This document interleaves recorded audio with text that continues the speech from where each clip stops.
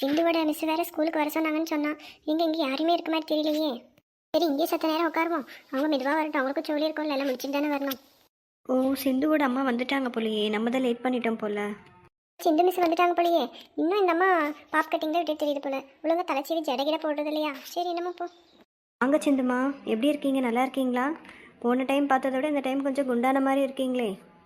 இந்த டீச்சர் அம்மா கொண்டாடுறது இந்த தோட்டத்தில் வேலை செஞ்சு செஞ்சு உடம்பு இழைச்சது தான் மிச்சம். ஜாக்கெட்லாம் பாருங்க, டக்கு பிடிச்சி போட்டுட்டு வந்திருக்கிறேன். ஆமாம் சிந்துமா, உங்ககிட்ட ஒரு முக்கியமான விஷயத்த பேசுகிறதுக்கு தான் வர சொல்லியிருந்தேன். இப்போ நம்ம கிளாஸில் வந்து நீங்கள் பேச வந்தீங்கன்னா என்னால் இவ்வளோ விஷயத்தையும் அந்த குழந்தைங்கள வச்சுட்டு பேச முடியாது. அதனால தான் சாயந்தரமாக உங்கள் அம்மா வர சொல்லுங்கன்னு சிந்துக்கிட்ட சொல்லி அனுப்புனேன். அப்படியா? சரி சரி, இருக்கட்டும் இருக்கட்டும். சொல்லுங்க டீச்சர், என்ன விஷயமா வர சொல்லியிருந்தீங்க? இந்த விஷயமா தான் வர சொல்லியிருந்தேங்கம்மா. இப்போ பார்த்தீங்கன்னா சிந்து நல்ல மார்க் எடுத்திருக்கா அரையாண்டு பரீட்சையில். எனக்கு நம்பிக்கை இருக்குது, அவள் வந்து ஃபைனலையும் நல்ல மார்க் எடுப்பா. 12th கம்ப்ளீட் பண்ணி ஸ்டேட் லெவலில் வரதுக்கு கூட சான்சஸ் இருக்குது. அவள் நல்லா படிக்கிற பொண்ணு. ஆனால் இப்போ பார்த்தீங்கன்னா நம்ம ஊரில் வந்துட்டு காலேஜ் அந்த அளவுக்கு எதுவுமே கிடையாது. இப்போ அவள் அடுத்தது இப்போ மேல் படிப்பு படிக்கிறதுக்கு என்ன நீங்கள் முடிவு பண்ணியிருக்கீங்க? சரி, என்ன தெரிஞ்சுக்கலாமேன்னு தான் உங்களை வர சொன்னேன். இதே விஷயத்தை தான் நானும் சிந்து உங்கள் அப்பாவும் நீங்கள் உட்காந்து பேசிகிட்டு இருந்தோம் டீச்சர். நம்ம ஊரில் காலேஜில் ஒன்றும் இல்லை, பிள்ளை படிப்புக்கு என்ன பண்ணுறதுன்னு உனக்கு ஒன்றும் புரியலை. அதே தான் யோசனை பண்ணிகிட்டு இருக்கோம். கண்டிப்பாக நல்லா படிக்கிற பொண்ணு, அவள் படிப்பு கெட்டு போயிடக்கூடாது. நீங்கள் எடுக்கிற முடிவு நல்ல முடிவாக இருக்கணும்னு நான் நினைக்கிறேன். கேட்டிங்கன்னா நீங்கள் இந்த கிராமத்தை விட்டுட்டு நீங்கள் நல்லா பட்டணத்துக்கு போகிறது நல்லதுன்னு நினைக்கிறேன். ஏன்னா பட்டணத்தில் போனீங்கன்னா சிந்து எடுத்திருக்கிற மார்க்குக்கு அதுக்கும் அவளுக்கு நல்ல காலேஜாக உங்களுக்கு கிடைக்கும். அவள் வாழ்க்கைக்கே அது நல்லா உதவியாக இருக்கும்னு நான் நினைக்கிறேன். உங்களுக்கு ஏதாவது உதவி வேணும்னா கூட என்கிட்ட கேளுங்க, நான் உங்களுக்கு பண்ணித்தரேன். ஏன்னா பட்டணத்தில் எனக்கு தெரிஞ்ச ஃப்ரெண்ட்ஸ், என்னோடய ரிலேட்டிவ்ஸ் எல்லாருமே இருக்காங்க. உங்களுக்கு ஏதாவது வீடு பார்க்கணும், ஏதாவது அரேஞ்ச்மெண்ட்ஸ் பண்ணணுன்னா கூட நான் உங்களுக்கு உதவி பண்ணுறேன். வீட்டில் நீங்கள் பேசுங்க சிந்துவோட அப்பா கிட்ட. பேசிவிட்டு என்கிட்ட ஒரு முடிவு சொல்லுங்கள். நீங்கள் சொன்னதே ரொம்ப சந்தோஷம் டீச்சர். நீங்கள் சொல்கிறதெல்லாம் சரிதான். ஆனால் இப்போ நானும் அவரும் இங்கே வேலை செஞ்சுட்டு இருக்கோம் தோட்டத்தில். ஆனால் பட்டணத்துக்கு போயிட்டால் எங்களுக்கு என்ன வேலை கிடைக்குன்னு தெரியல. ஏன்னா நாங்கள் வேலை செஞ்சு தான் பிள்ளையை படிக்க வைக்கணும்.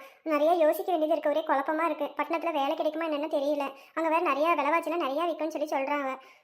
விலைவாசியெல்லாம் இங்கே விட அங்கே கூட தான், ஒத்துக்கிறேன். ஆனால் இங்கே வாங்குற நீங்கள் சம்பளத்தை விட அங்கே உங்களுக்கு கூடுதலாக சம்பளம் கிடைக்கும். இங்கே நீங்கள் எப்படி சமாளிக்கிறீங்களோ அங்கே போனீங்கன்னா அதே போல் சமாளிச்சிக்கலாம். ஏன்னா ஒரு ஒரு ஒரு மாதம் 2 மாதத்துக்கு அப்படி இருக்கும். அப்புறம் நீங்கள் பழகி போயிட்டீங்கன்னா உங்களுக்கு சரியாக போயிடும்.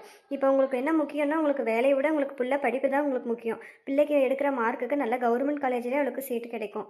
பார்த்து நல்லா யோசனை பண்ணிட்டு வாங்க. நல்லதுங்க டீச்சர், நீங்கள் சொல்கிறது கூட எனக்கு சரியாக தான் படுது. நான் வீட்டில் கலந்து பேசிட்டு ஒரு நல்ல முடிவாக எடுக்கிறேன். நான் வரேன் டீச்சர்.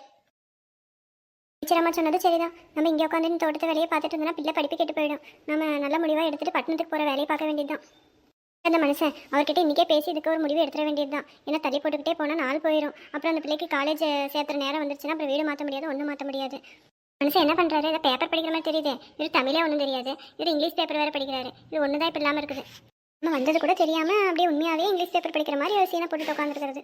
மாமா இங்கே என்ன தெரியுதுன்னு ஒத்து பார்த்துட்டு கிடைக்கிய போச்சுடா. நம்ம சிந்து பிள்ளை சொல்லி கொடுத்த மாதிரி 4 எழுத்து கூட்டி படிக்கலான்னு பார்த்தா அதுக்குள்ளே வந்துட்டாலே. நீ இதை வச்சு சொல்லி சொல்லி காட்டுவாளே. இது வந்து கீதாம்மா நம்ம சிந்து பிள்ளை இங்கிலீஷ் படிக்கிறதுக்கு சொல்லி கொடுத்தா. சரி, அதான் படித்து பார்க்கலாமேன்னு உட்காந்து படிச்சுட்டு இருக்கிறேன். இங்கிலீஷ் படித்த வரைக்கும் போதும். அடுத்து நம்ம பிள்ளையை எப்படி படிக்க வைக்கிறதுன்னு பாருங்க. அதை பற்றி இப்போ நான் போய் அவங்க டீச்சர் கிட்ட பேசிட்டு வரேன். அவங்க டீச்சர் என்ன சொல்கிறாங்கன்னா, நீங்கள் பேசாமல் பட்டணத்துக்கே போயிடுங்க.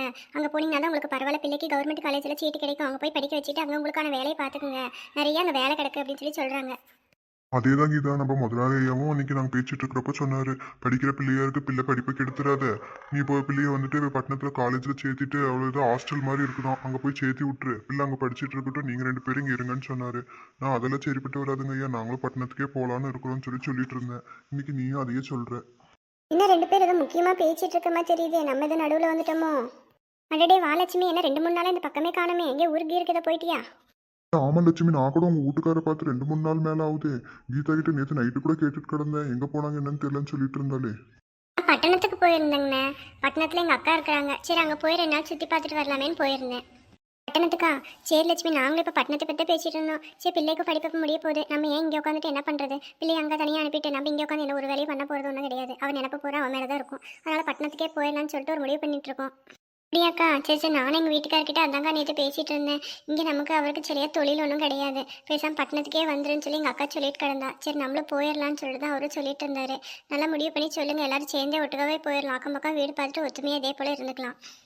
அக்கா கத்திரிக்காய் குழம்பு வச்சேன். சரி, உங்களுக்கு பிடிக்குமேன்னு சொல்லிட்டு செஞ்சது சூடாக எடுத்துகிட்டு வந்தேன். நான் மத்தியானம் சாப்பாடு வச்சு குழம்பு வச்சுக்கோங்க. ஆமா, இவ செய்யதே தின்னு நாக்கெல்லாம் செத்து போய் கிடக்கு. ஆஹா, குழம்பு பாரு என்னமா எண்ணெயா மிதக்கிட்டு கிடக்கு, பார்க்கறதுக்கே எச்சி ஊறுது. என்னால் நாய்க்கு போகிறது தின்னுட்டு இப்போ என்ன கத்திரிக்காய் குழம்பு கலையிறியா? இரு லட்சுமி அனுப்பிட்டு வந்து நான் பேசிக்கிறேன். லட்சுமி, நான் சாயந்தரம் சிந்து வந்ததும் குண்டா கொடுத்து அனுப்புறேன். சாயந்தரம் பீக்கங்காய் துவையெல்லாம் செய்யலான்னு இருக்கேன். உனக்கு வேணா அதில் போட்டு கொஞ்சம் கொடுத்து அனுப்புறேன், சரியா? போச்சு இவகிட்ட நல்லா மாட்டிக்கிட்டேன் போலியே. ஏய்யா, இத்தனை நாளாக நான் சமைச்சு போட்டதை சாப்பிட்டு ஆஹா ஓஹோன்னுட்டு இன்னைக்கு லட்சுமி முன்னாடி நாங்கள் செத்து போச்சுன்னு கிடக்குற. இன்னைக்கு நீயே செத்து போக பாரு இப்போ.